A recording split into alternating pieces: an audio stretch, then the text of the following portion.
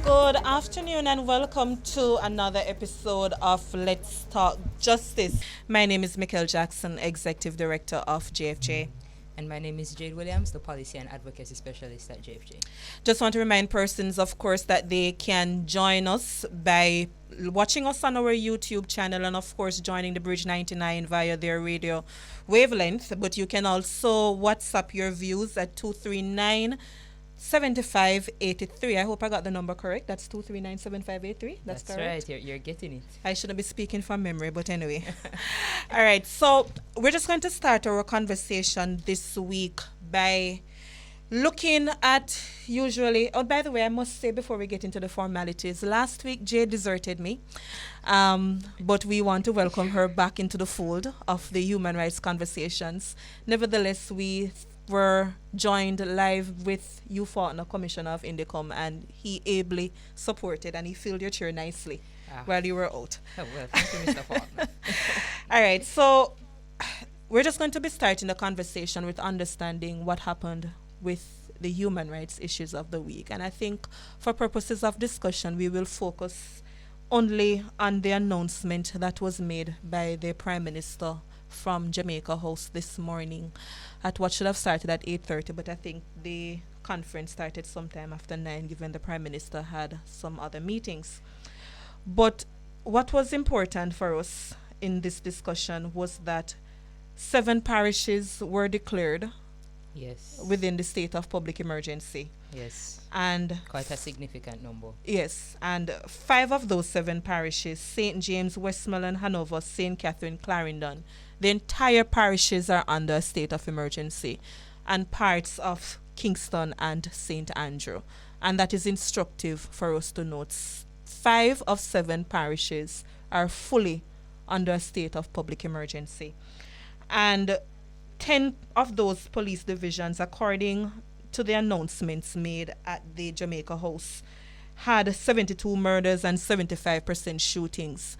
And the Commissioner, Anthony Anderson, went on to note that as of November 13, we had 1,360 murders in the country, which represented 6.8% compared to last year of this time. And I think we should remind ourselves that last year overall, the murder rate in the country stood at 1,463. So we're seeing that we're not on the right trajectory at all.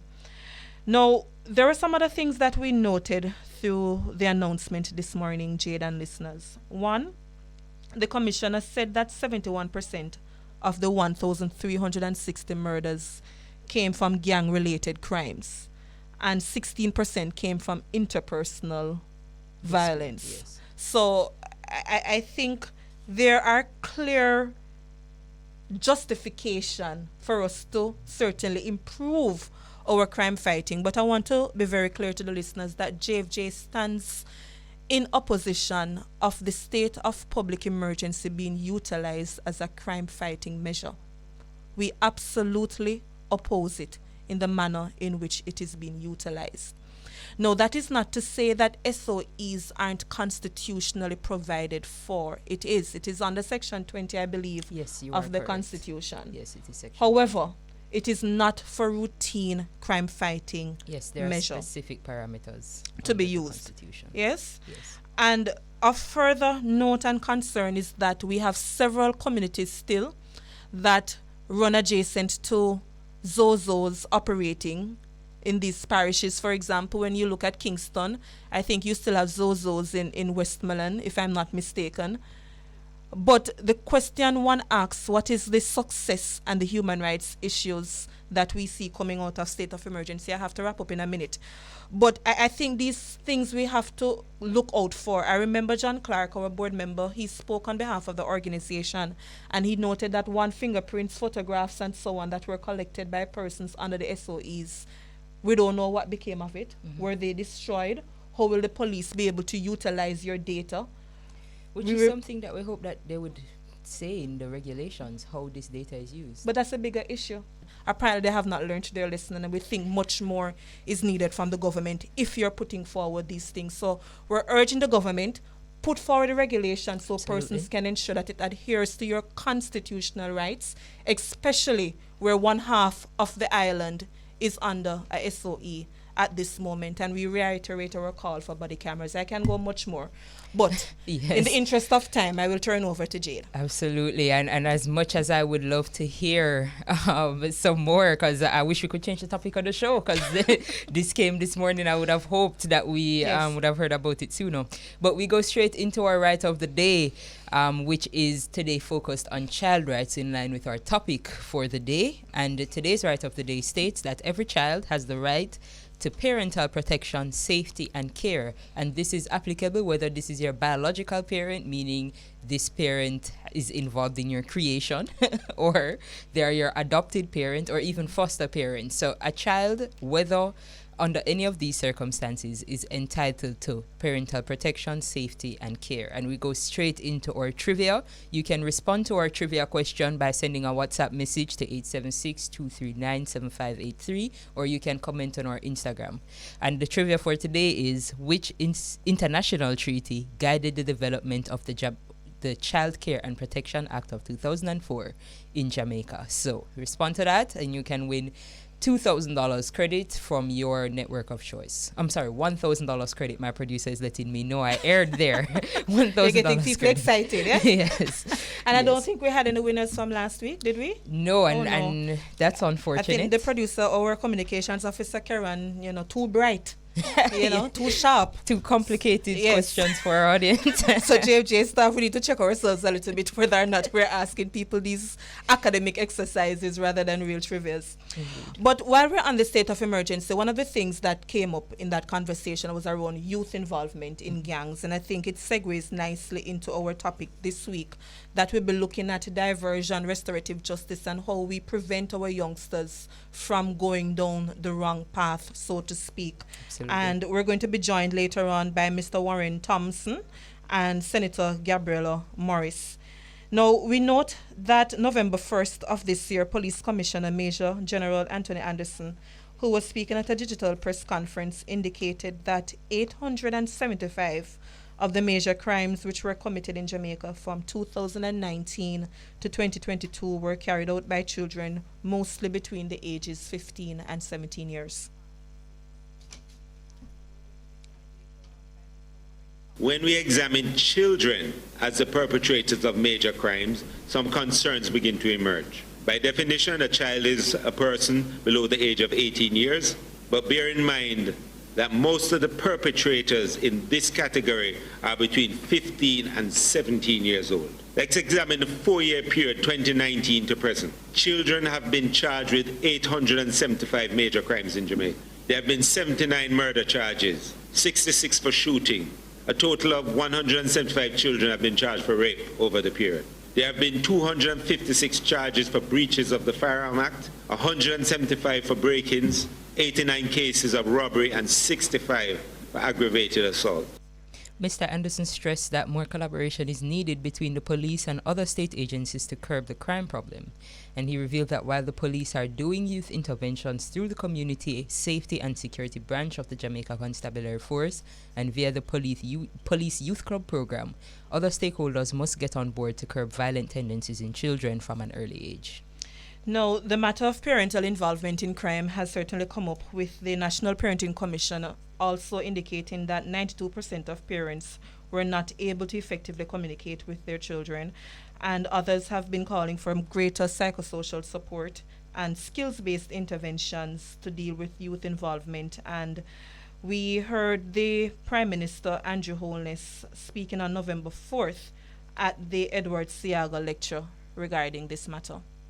If there is one thing that I would want to see in legislation, is the full introduction of a system of apprenticeship. I think that's absolutely important if we're going to leapfrog in where we are in terms of skills. Absolutely important. And then I've always been a big advocate for national service. And I think we need a system of compulsory national service. When I see our youngsters being dragged off into gangs and being recruited for nefarious activities, when there's so much that we could put them in groups to do in the national interest, in their own interest, that could transform our culture.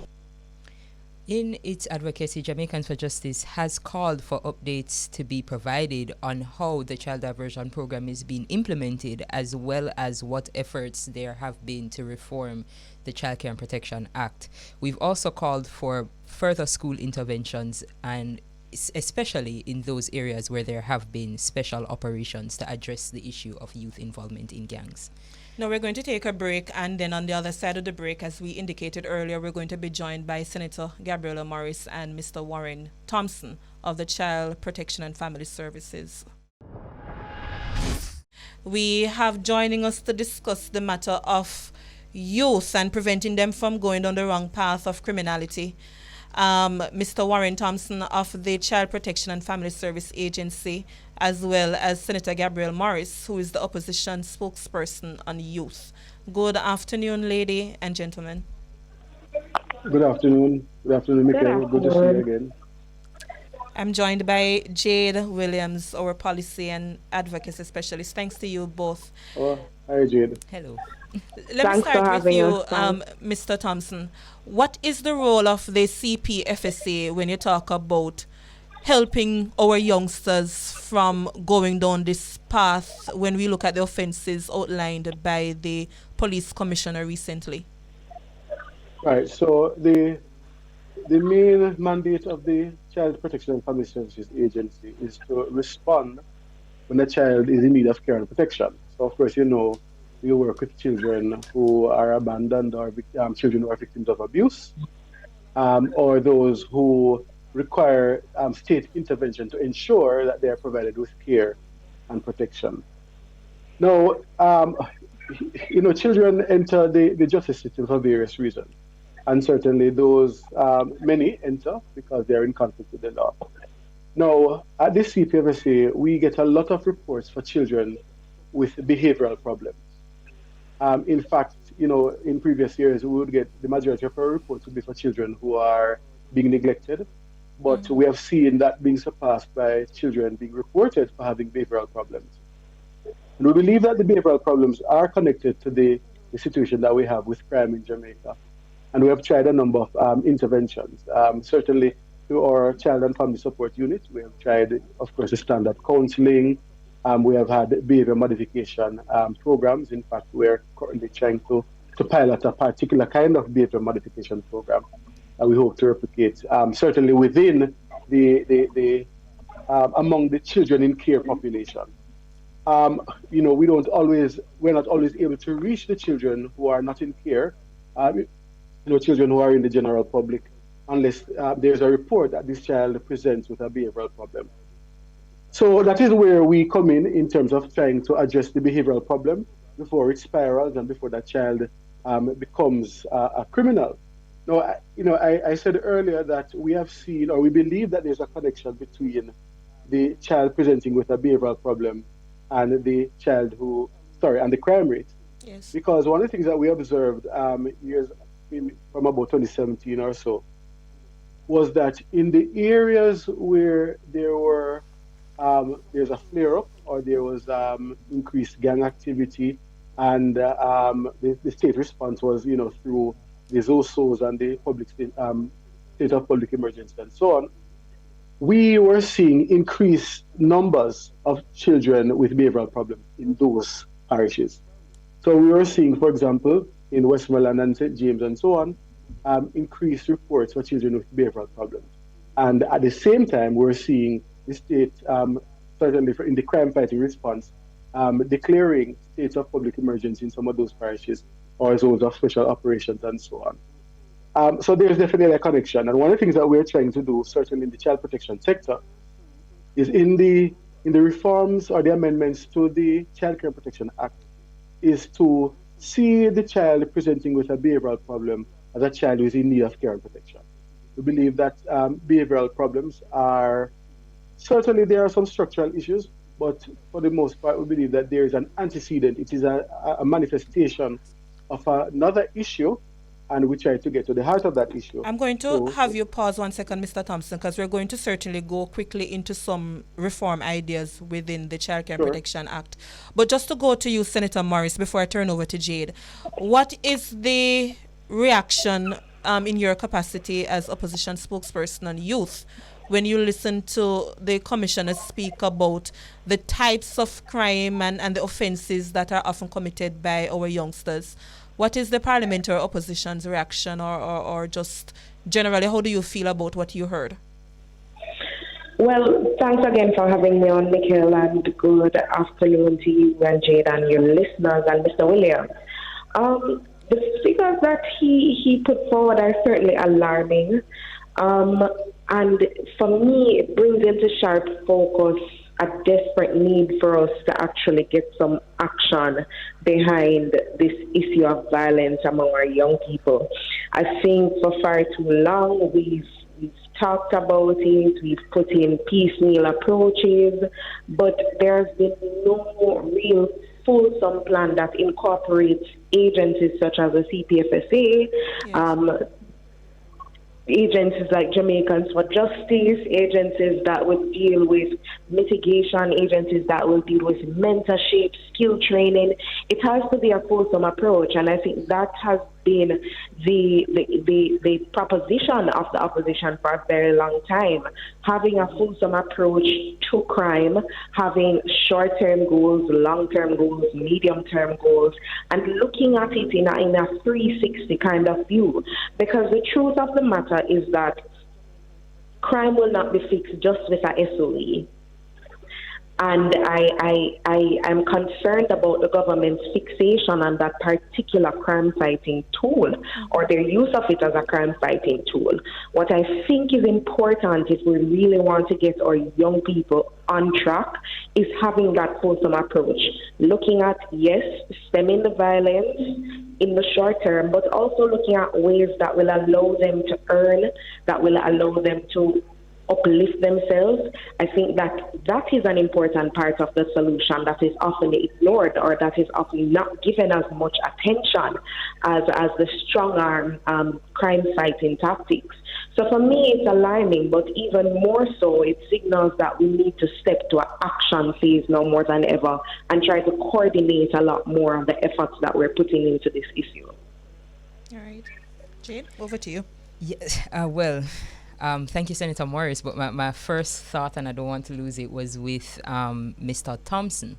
And I wanted to ask, you mentioned that CPSF, Child Protection and Family Services Agency, has we often... missed CD. It was much easier. Yeah, right?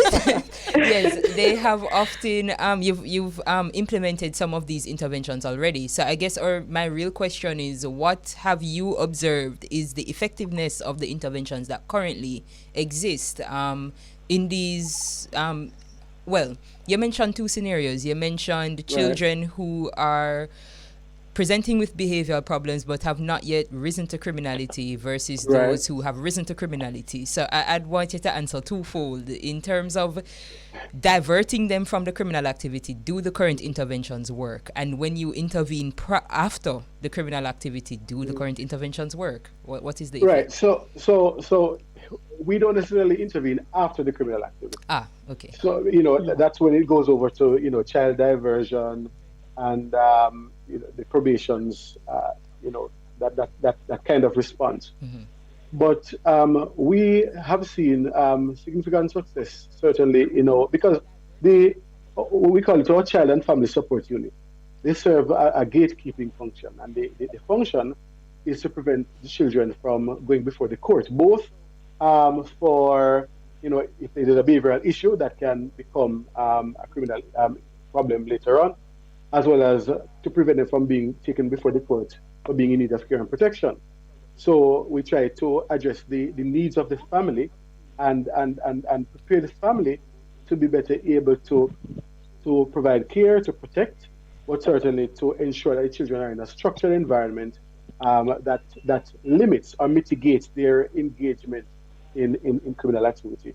I'm not able to say at this point in terms of empirical evidence how successful we have been, but I can definitely say that that gatekeeping it's very impactful. It has been working, but we have seen the need for more intense behavior modification programs. So we have had, for example, behavior modification camps, and those kinds of things. But one of the things that we're doing at the moment is piloting a behavior modification program that, we got a consultant to come on to design a program for us, and we're piloting it. We're starting with children who are actually in residential childcare facilities, but we're hoping that later on we'll be able to implement that program with youngsters who are not yet in the system, but the program would be mitigating intervention to prevent them from coming into the system.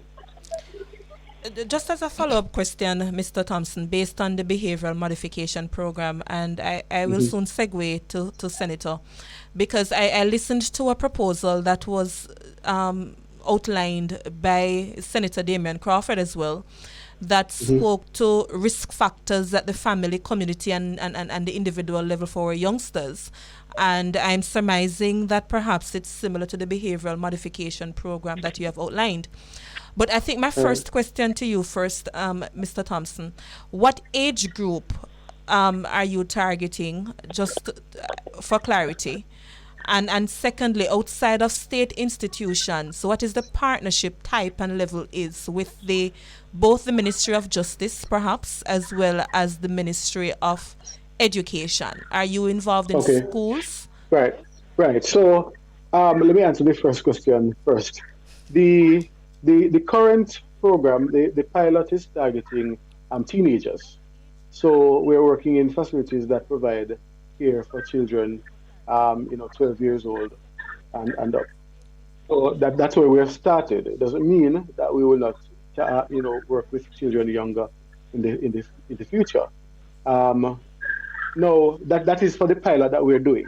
But in general, our behavior modification program, we work with children, any person under 18, all children.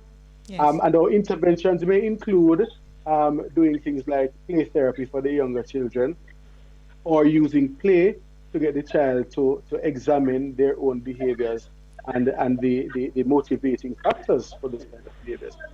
But I want to say, though, that we have within this sector the National Plan of Action for an Integrated Response to Children and Violence.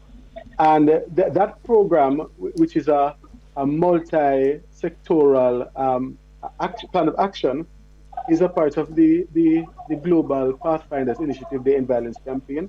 And the aim, of course, is to reduce incidents of violence against children. Mr. Thompson, sorry to cut your thought. We're just going to take the break, and I'm going to ask both you and Senator just to hold with us for a few more minutes after. We're going to take the break and follow up with you. Thank you. Right.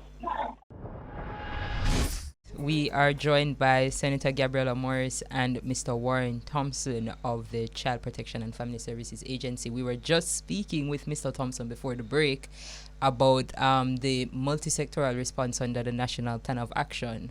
Can you just finish that thought for us, please, Mr. Thompson?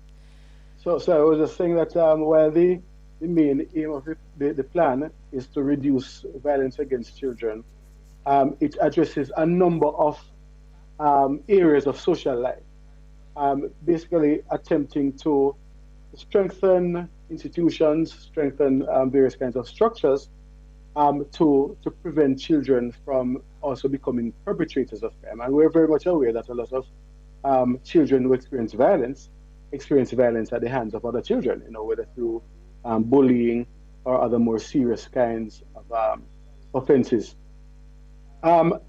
We in terms of working with the Ministry of Justice, you'd be aware of the Child Diversion Act and the Child Diversion Committees in various parishes. And the aim of the committees, or the aim of the program, is to divert children who are in conflict with the law from the penal system. So where a child commits a particular kind of offense, then that child is taken to a kind of program to rehabilitate in a sense, but to basically change the behavior. Now, the CPFSA sits on the Child Diversion Committee in every parish, because very often a child who is in conflict with the law is also a child in need of care and protection. And there are particular kinds of services, including therapy and other kinds of psycho-emotional interventions that we would do from the CPFSA, or would provide from the CPFSA for some of those children who have committed diversion offenses. And of course, we fall within the Ministry of Education. So we provide support to schools, not necessarily in a formal structured program, but the National Plan of Action for a Response to Children and Violence actually sits within the Ministry of Education. The Ministry of Education is actually if you want to call it, the secretariat and the process holder for the implementation or the coordination of the implementation of that plan. All right, very, very good. So I hope you're part of the, what is the program called announced by the Minister of Education recently, the MEDSIT? Yes. Once his children, the CPFSA is there. Okay, perfect. To you, Senator Morris, I listened to Senator Damian Crawford, and he was speaking about some school interventions to really assist the Ministry of Education in really arresting the crime situation among our youngsters. And he mentioned, for example, a Department of Socialization to work with the Deans of Discipline, a sort of greater coordination between the Deans of Discipline, guidance counselors, form teachers, and so on. Do you have any thought about it? I know it's his portfolio, but in your capacity as spokesperson on youth, do you have any thought about how we can really address the situation of our youngsters and school violence in particular? Well, similarly to the discussion that would have come out of the press conference yesterday, I would have been on a few weeks back with Mr. Bruce Golding talking about the same issue. And it was one of the things that I raised, that there needs to be more interventions in our schools, because outside of the family system, the school is where many of our young people actually encounter this important types of information. So it's a good vehicle for us to start to interact with them and to start to have these conversations and have these interventions that are geared towards them in the violence. What I would like to add, though, in relation to what Mr. Thompson would have mentioned earlier about the interventions and the empirical evidence, I'd want to put it to you, Mr. Thompson, that we probably need to look at doing a little bit more of that, collecting the empirical evidence, data-driven, because that is one of the things that has been lacking in our interventions, our social interventions over the years. And so we don't know until the end what's really happening. So monitoring and evaluation, I think, is critical for these new interventions that we want to roll out, as well as the interventions that we currently have in place, right? But again, I want to say that the Deans of Disciplines, as well as the name is eluding me right now of the officers, they're trained by the JDF and they're placed in schools. Okay, the resource officers? That's right. Yes. I think we need to equip our schools with more of those personnel, because a lot of the time the burden is left just on the teachers. We see them parting the sites, and most schools have one Dean of Discipline. So it would be good for us to invest in having some more of these personnel, recruiting possibly persons who are not outside of the JDF, persons who can assist with mentorship support, persons who can assist with academic support, persons who can assist with psychosocial support, and also integrating them into that overall plan in our school system. So that's my take on it. I'm hoping that it's something that we can see action soon, because we see more and more of these issues taking place, and unfortunately some of them have gone fatal. So I think it's low-hanging fruit that we can get on now. Absolutely. Thank you so much. May I add something to that? Please, go ahead. So very often the part of it that is missing is the psychosocial intervention. Yes. And Senator Morris is very right that the school is after the family is the main agent of socialization. But very often the school itself, maybe because of the type of children that attend, and the types of teachers and the types of systems that we put in place, the school itself has a very kind of penal kind of environment that causes children to want to respond in particular kinds of ways.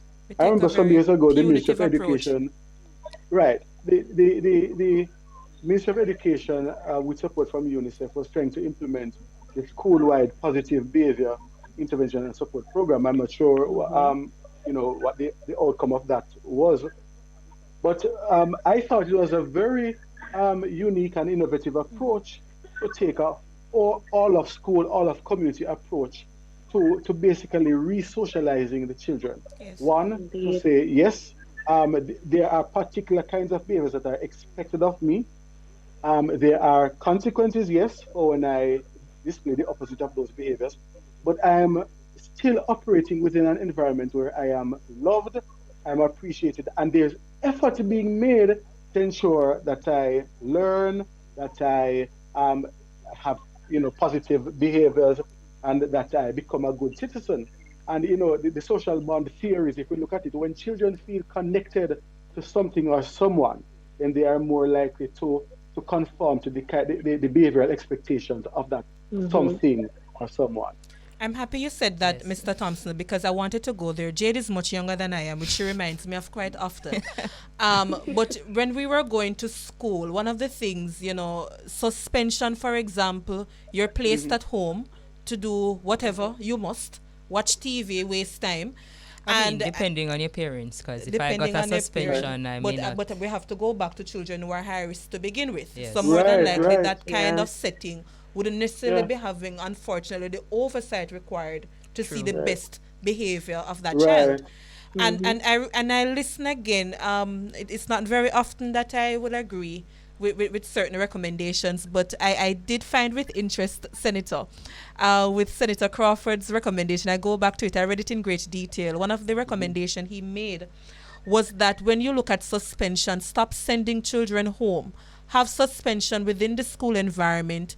Give them what Westwood used to do to us, to clean toilets and all of these things, so they can, be incentivized. But also, it's not just cleaning toilets and all of these type of tasks, but also putting in measures where you can see real behavioral modification. So I really liked how Mr. Thompson articulated what he said, a more incentive-based approach for good behavior as well. Well, I particularly liked where he spoke about that general loving environment, because I think a part of it too is, and I think he alluded to it as well, is that you feel as though you can lose that care. Yes. And so if you push hard enough, you will lose the care, and therefore you have nothing else to push for after. Yes. So I do think that sense of security is necessary to engender the kind of change we're asking for. And before I ask Jay to lead with Mr. Thompson on the Child Care and Protection Act, Senator, my last question to you is, when you look at mandatory minimums and the lack of rehabilitation, or not effective rehabilitation, when you look at the current system that we have in the country, my concern is that the justice system right now, unfortunately, is also making criminals of our youngsters, especially first-time offenders. I'm not sure where your thought is when you look at the Firearms Act and all of these things passing through Parliament around how our youngsters are catered for and whether or not the measures are sufficient to prevent them from going down the wrong path. I think that how we're dealing with our young people, it's marginalizing them twice. I think that they operate in a system that in many ways has failed them. And as you said, there are little to no remedies for them when they fall into these types of situations. And so for me, I think there needs to be a greater emphasis on rehabilitation and not just having punitive measures, because the truth is that many of these young people have been socialized in this way. They don't have the parental guidance. They don't have the support to steer them away. And so for me, these extra punitive and strong-arm measures, it sometimes doesn't reap the reward or doesn't give us the overall result that we would want it to. I think we would be better off considering how we can steer these young people away from the point that we realize that they're going down the wrong path. And for me, that starts from early on, because even in primary school, we can see some of them walking down that path already. So it starts from early, distracting them from that life of violence. And then further on, once we see that they're at that point, there needs to be interventions that are not just geared at, making a victim out of them again, but are also geared at giving them an opportunity to live a life away from that crime, giving them an opportunity to see life outside of that world, giving them an opportunity to make something better of themselves. And there are people that might say, oh, no, we need to punish them, they're criminals. I don't share that view. I think there are many of our young people who would do well with some guidance, who would do well with some support, and who are capable of being rehabilitated. We just have to have the correct systems in place to have that done for them and give them a chance to take another path. So I think that needs to be something that we look at critically. Yes, it's important for us to have strong laws, but do we do so at the expense of young people who have not been given a chance, who don't have that support, and who have been socialized improperly from the beginning? As a society, I think we have to start to take a greater look at that. All right. Thank you so much, Senator. That that was a very insightful phraseology that you used there. But I go back to Mr. Thompson. You earlier mentioned some ways that you would have seen reform necessary in the Child Care and Protection Act. I know we have several that we're hoping to put in extensive detail in writing. But one of the ones that we've spoken about extensively is, of course, the power of the parent or guardian to bring the child before the court. Right. And when we look at that provision and how we have seen it applied at JFJ, again, we aren't speaking with quantitative data, but our qualitative data. Almost all of the parents that would have come in, the results, the act provides for, I'm sure the act provides for several different ways, child, yes. Right, several different ways in which to deal with a child once they've been reported in this manner. But what we've seen is the child being brought before the court and then being placed in remand, after which there is some difficulty to have the child released. There's even a difficulty to bring the child back in front of the court. I know you said once the child falls into that realm, that's not really CPFSA's jurisdiction. So again, I ask, what can be done to improve the way we deal with these children, especially if we are channeling them towards that and not towards child diversion? Well, I hope I'm not letting the cat out of the bag or anything like that at this point. But the intention is to completely repeal Section 24, which is with the uncontrolled child, and include within Section 8, the child in need of care and protection, the child who is exhibiting behavioral problems, which would mean that for us at the CPFSA, we will now have to be giving some serious thought to the kinds of support and intervention that we provide for those children. Because so all the children that would have formerly been remanded, because they're uncontrollable and so on, those won't be sent over to corrections anymore. They'll be sent over to us at the CPFSA, because it's going to now be a care and protection issue. So we really have to know, because we know that is the intention.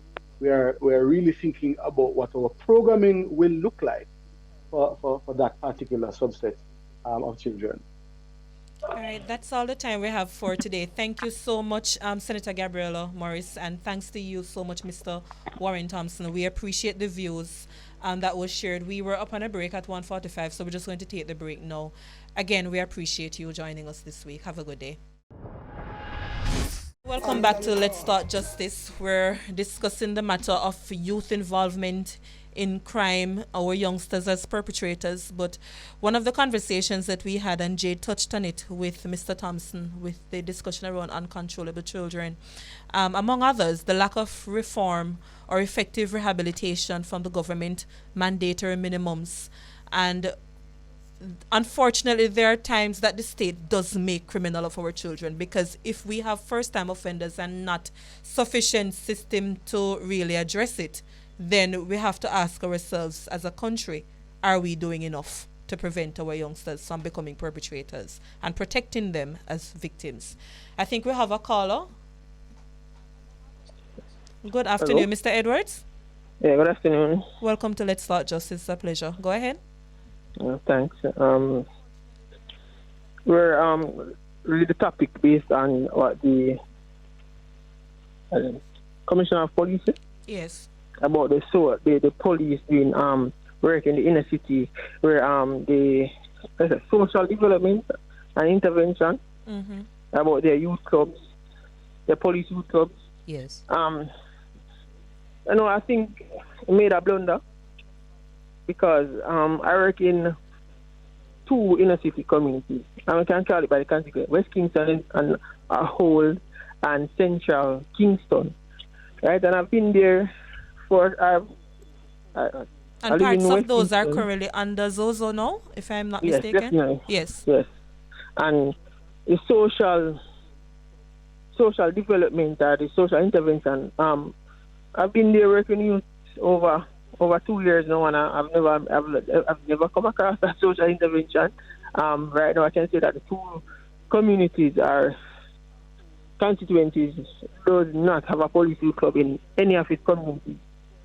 Right? Only person I know that is Larissa, that in Hannahtown, that actually tries to keep the police youth club with no help from the police whatsoever. I can even speak to last night. I drive up. I'm from West Kingston. I drive up my car, and there's we call it a ratty jeep full with like 6-7 soldiers. And I'm coming from work, and my work closed, park my car, I come out of my car, I jump down. Who you? Give me the gun, not take care. I'm like, what you talking about? He said, don't know me. This happened to you last night, you're saying? Last night. Right? And this morning, get up gunfires in Denham Town. We can attest to a lot of things, right? I remember coming from work, jacket and tie, and a soldier called me and tell me, say, no, I'm from Bull Bay, I'm a gunman, and search me, right? And I'm saying that I remember even talking to some youth from Central, having a conversation, just having a meeting, talking to them, right? And the soldiers, them come, and I think they move up one of them, and I say, no, sir, and I say, now to talk to one of them. Man, turn and say, who you? Where you feel like you can tell me? I have a conversation with him, and one of them things say, I say something wrong, I want to say, and shot me a box. Right? And I said, this is the reason why when I go into a discussion about the Zozo, and if it makes sense, I will always say, no, it doesn't. Because at the end of the day, what the difference? The gunmen in the community is move aggressive, right? They're going to put force, and then the police force come in and put more force, right? And really and truly, you pick side. You pick side with people where you know every day. We say every day. But when a soldier come in, I don't know from nowhere, come treat me the same way like somebody else. Who side I think they're going to pick? But they're not. I'm not going to say, all right then, they're a soldier, they're against the law, they're enforce the law, anything like that. But they're going to see somebody who I grew up with from small, or there's something wrong. Even if I say it wrong, I say they might protect we. Because what them think in the inner city, what them think the gunman will protect them from the soldiers. Right? And I think it weird. Okay. Right? And that's like the weirdest thing. Hence why they will not come out and say somebody did something wrong and say, let them see it as informing. Right? Because they're not going to say, all right then, they might do something wrong against the law. They might think that these gunmen are protecting us from the soldiers because of how them behave, and the police because of how them behave in the inner city. When them come in and how them talk, how them behave, there's no professionalism. Yeah, right? we have to go now, but I want to thank you so much for calling, and I hope you can continue the dialogue with us, because you have the producer's contact and he has yours, I believe. So we will continue the conversation if you don't mind. The time is upon us. But, there are a couple of things that he said there that we have to mull over a little bit, and certainly we are not condoning or asking citizens to condone any criminality whatsoever. No, but these are the realities that people are faced with, and it really speaks to the importance of the community safety and security branch of the JSAF to really do more community policing, engagement, and build that kind of trust, remove the trust deficit. Because, Jade, we can't forget that West Kingston in particular, they have a history of police abuse that is different from the Western Jamaica that perhaps would have been calling for the state of emergency and so on. So we have to be looking at history. when we're having absolutely. these discussions. And community dynamics have to be taken into account when we are. I mean, and it goes back to our major point when we talk about SOEs and ZOZOs. I don't really want to get too off our main topic, but this is something that we spoke about this morning as well. Is that we cannot condone the broad brush use of these measures, and this colloquially, of course, because of course we don't have any data on this, but just Mr. Edwards' this statement just now has highlighted some of the issues that can arise when we use a broad brush approach like this in certain communities. Jade, what is disappointing for me, and I took a snippet of the Child Diversion Act. I don't remember the section, but when we were having the conversation with Mr. Thompson earlier, and he responded beautifully, I believed. But there was a section in the Child Diversion Act which says conduct research, studies, evaluation, and so on around how effective the child diversion program is to be informed. And what is disappointing for me is ZOZOs were declared in Denham Town, for example, from 2018. SOEs, we were promised by legislation social interventions. And one of the questions that JFJ has been asking since its implementation, what type of social interventions, who would have benefited, who paid for it, because we have international donors versus persons, the budget within, and you hear the conversation about, capital expenditure and so on. And just last week we heard the Ministry of Education saying schools within the ZOZO areas will be targeted. And I'm saying to myself, 3.5 years later, and this was never done. What did we expect to be a success? But we will continue the discussion. Go ahead. Yes. And boy, today was, we're going to have to come back on the SOE and ZOZO topic, I think, next week, because there's so much to articulate about the issue that we haven't even touched on, especially as it relates to children and their interaction. But I just want to say quickly that we do have a winner to our trivia response. It was Lily Rose. She will be reached out to by our producer to receive her $1,000 credit. What was the answer? The answer was the